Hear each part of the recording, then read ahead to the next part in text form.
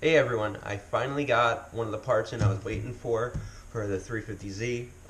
So I contacted a company called GMB, and through their product inquiries section on their website, I messaged, filled it out, let them know that it was personal and what I was looking for. A gentleman named Edward reached back out to me via email and asked me for some dimensions. So what I did was I took the dimensions from the original, used my caliper just to measure what they were, sent that information back to, and he came back to me with a part number.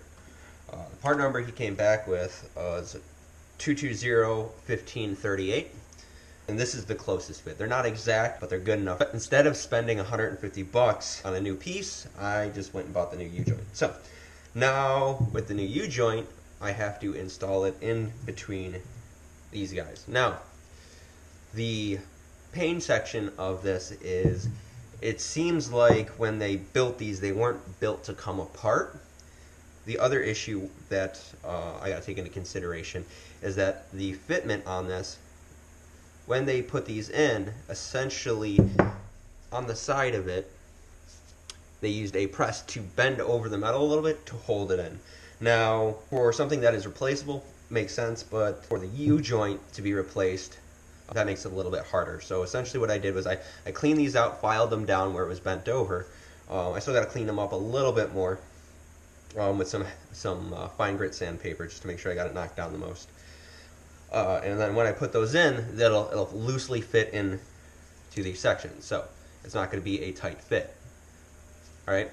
So what I need to do is figure out a way to, on both sides of both of these, hold that in.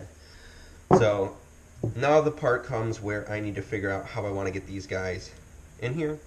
What I could do is pull off the caps on each one of these sides and put them in that way. So each one of these has needle bearings with grease in it and a boot to keep dust and crap out. So I'm not sure yet. I'll figure it out, but yeah, we'll get started on this.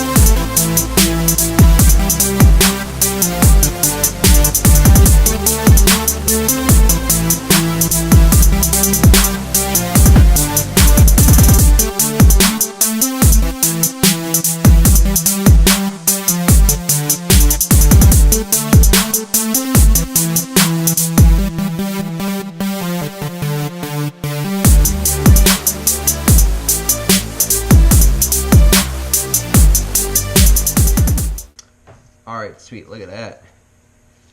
Now, there is still some play I gotta work out, just because these are flush, so they gotta go in further. Love it. To get them in further, I gotta put something on top of here, because essentially what I need to do is put two small washers on here and then press it in between the clamp to get those in just enough. I might not even need those cassette screws. I might put them in, or what I might do is just take it and put a few drops of Loctite on the tops of them so they can't jiggle out. But they're in there nice. They're not going anywhere. Like I said, there is still a little play in it in certain directions just because I don't have them driven down. I need to take them down probably another 2 or 3 mils, but not bad, not bad. Clocking doesn't matter for this one, but it does matter for the top one, just as a heads up. So inside the bigger guy there is a channel with, it looks like there's a tooth missing. That is going to go, I think, on the wheel side, not on the rack and pinion side. I believe the lower guy, this doesn't have any clocking on it, so there's no teeth or keys. Shouldn't be an issue. Next thing I gotta do is finish driving these down. Yeah, almost got it done.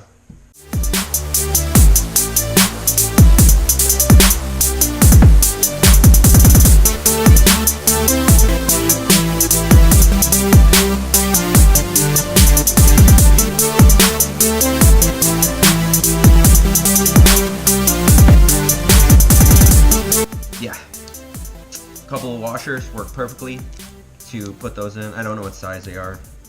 Thanks again to Edward. I appreciate it. You saved me a lot of money by finding the right part for me. Hope you see this video, man.